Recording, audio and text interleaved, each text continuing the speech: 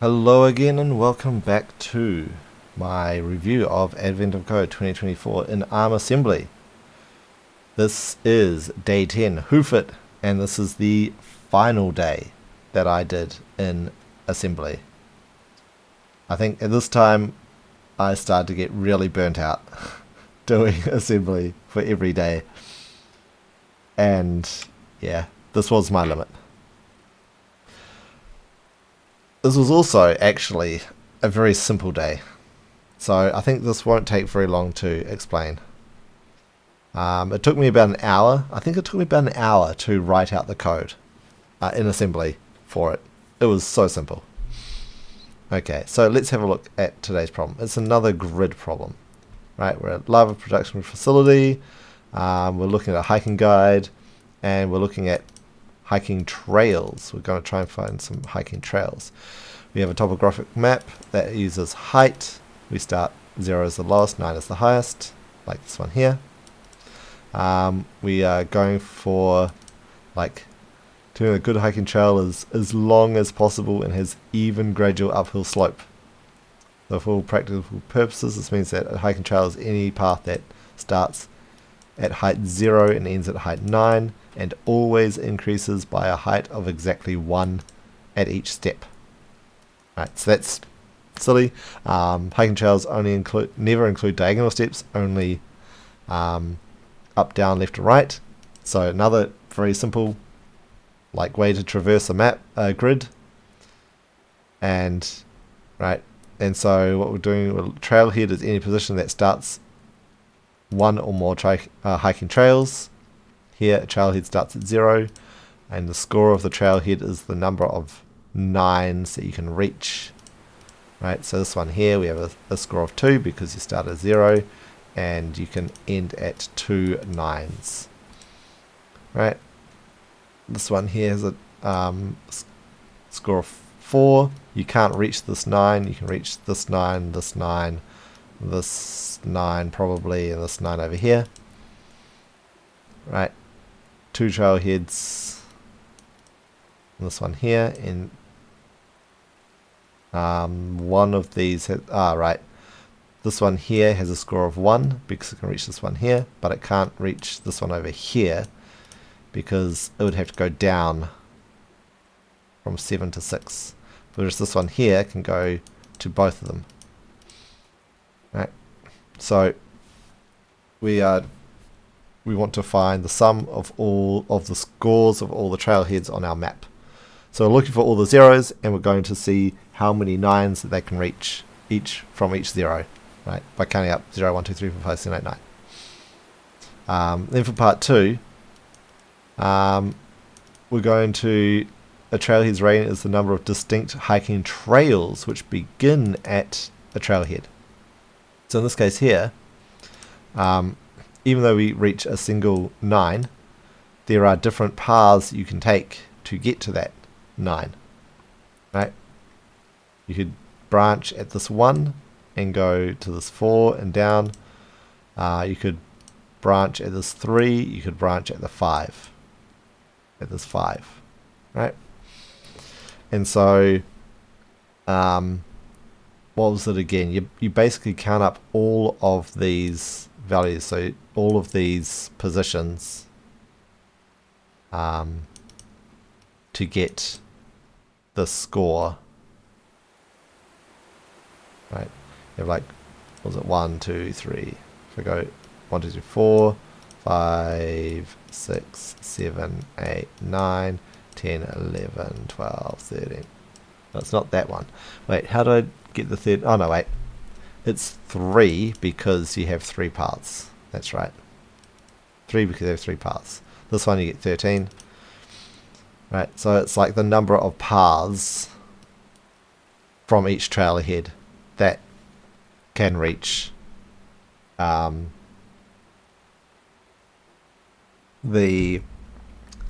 reach 9s. Right. It's like how many distinct hiking trails lead to a 9 from a 0.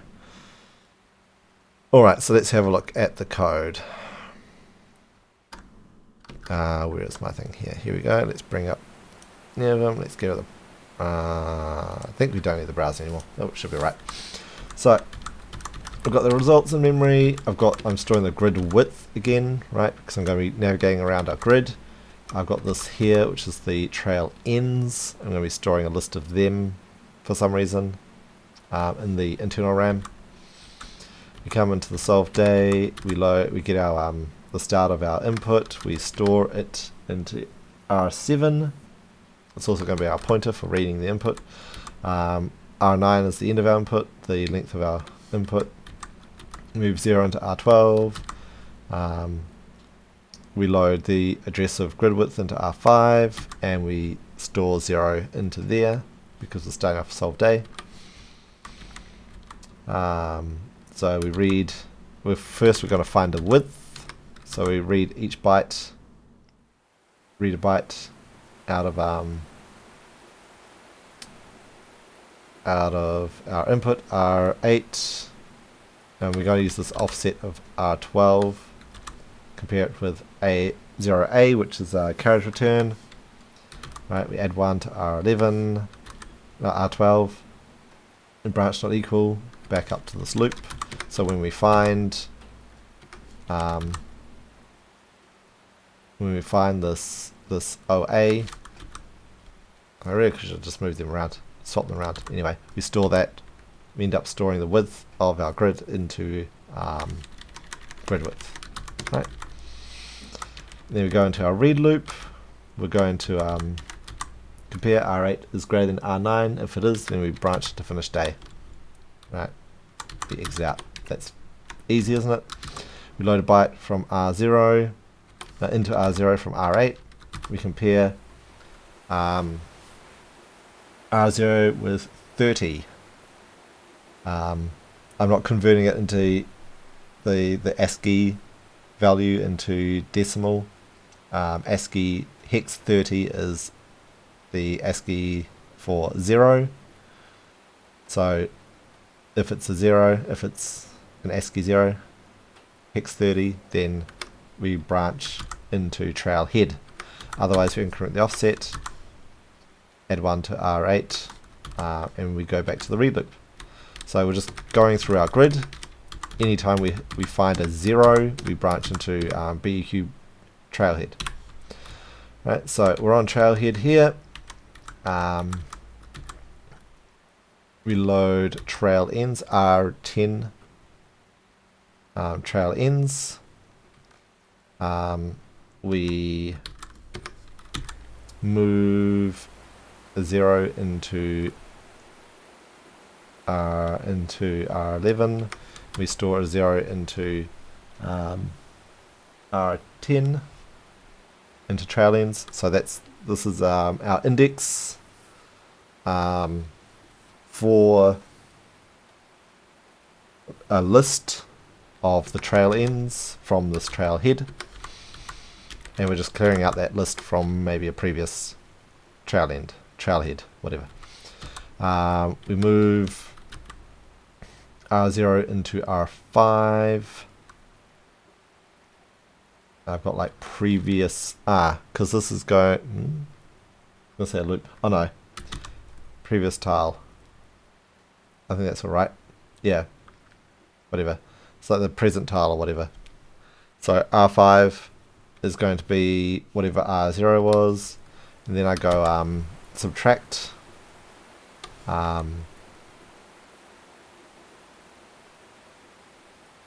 subtract R12 from R8. Remember, R8 is the position of our cursor, our pointer.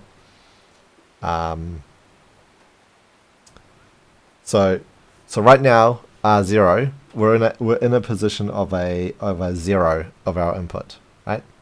So what I'm going to do is I'm going to subtract the length. Remember, R12 was the width of our grid, so I'm going to try and go up. I'm going to try a position up from this 0. And I'm going to add into R4. I'm going to store that memory address into R4. and then I'm going to branch link into recurse trail. Right, and so we're going to, so from a 0, we're going to try to move upwards. Then,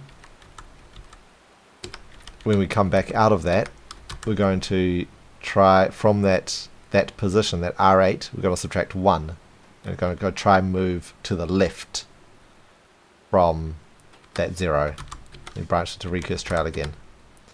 Then we're going to try to the right of that position, right? We add 1 to it. Then we add the grid width, so we go downwards from that position, right? We do that recursive addition again, that recursive trail again, recurse trail again. Okay, and then we come out of that, right? We load. Now I don't know why I'm loading into R2 trail ends, because I've got it up here in R10. Don't have to do it. What am I doing? Anyway, so I load out the length of that, and then I load the result, Silver's result, present, Silver's current result, and I into R0, and then I add the number of trail ends add the number of trail ends to the current result, and I store that result back into res there. You can see I'm not doing 64-bit addition because we're not going to get 64-bit numbers in our results. The results are very small. Right. So, where am I doing gold? Let's have a look at recurse trail, shall we? We come into recurse trail, right? We store it, we back up all the registers, we load the byte from our present position, R4, and we branch into a bounce check. If it comes back a 1, then we exit this recursion. Like, we can't move, we can't do this this recursion thing. We subtract R5. We subtract, what is it? We subtract R5 from R0, right? This R0 up here. So R5 was the previous tile that we were on. So this first recursion would be a 0. This and then we assuming right. So we subtract 0 from whatever this tile is. If it's a 1, and we store it into R1. If it's a 1, then it's fine, we're fine. If it's anything greater than 1 or less than 1, right, then right, this is an invalid path, so we'd exit the recurse, jump to exit recurse, right, out of here. And then we also compare it to 39, right, which is the ASCII representation of a 9. If we find that, then we've found a trail end, and would branch to trail end, right? If otherwise, right, so if we haven't found an end, then we want to store into R5 the value of R0, this one here, right, that we just loaded for our next layers, our next recursion layer, previous tile thing. We move R4 into R6, right, and then we do this the same as above again, right? We try up, down, left, right, and we branch into recurse trail, right? We branch into this.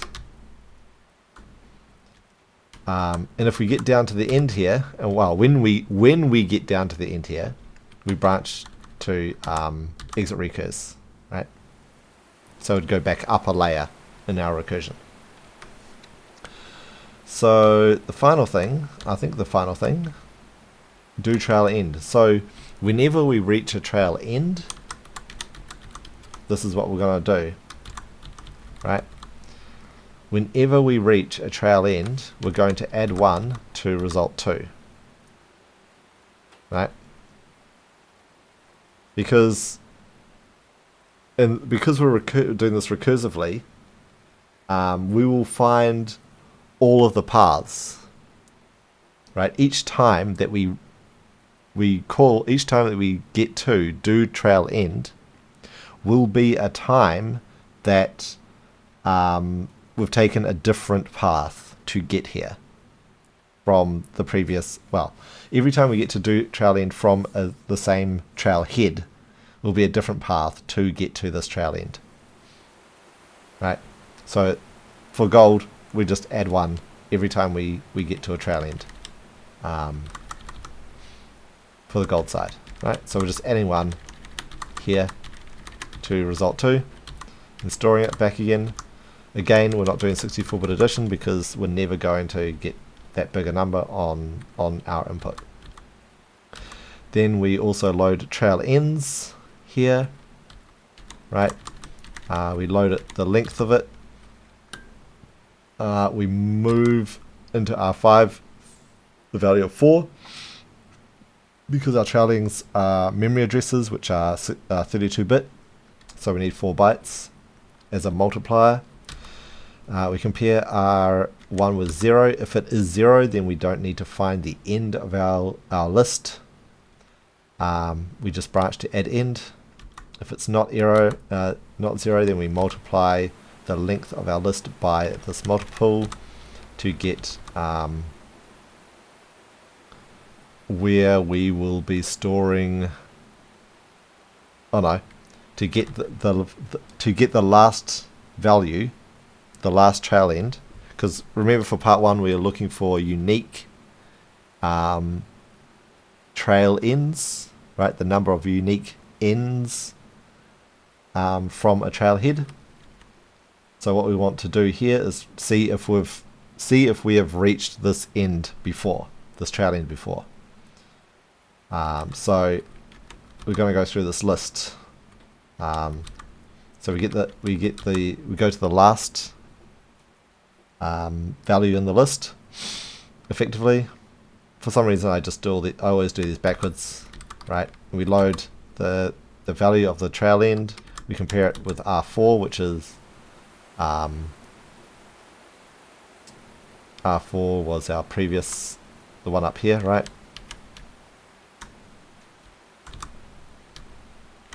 Where were we? R4, this one.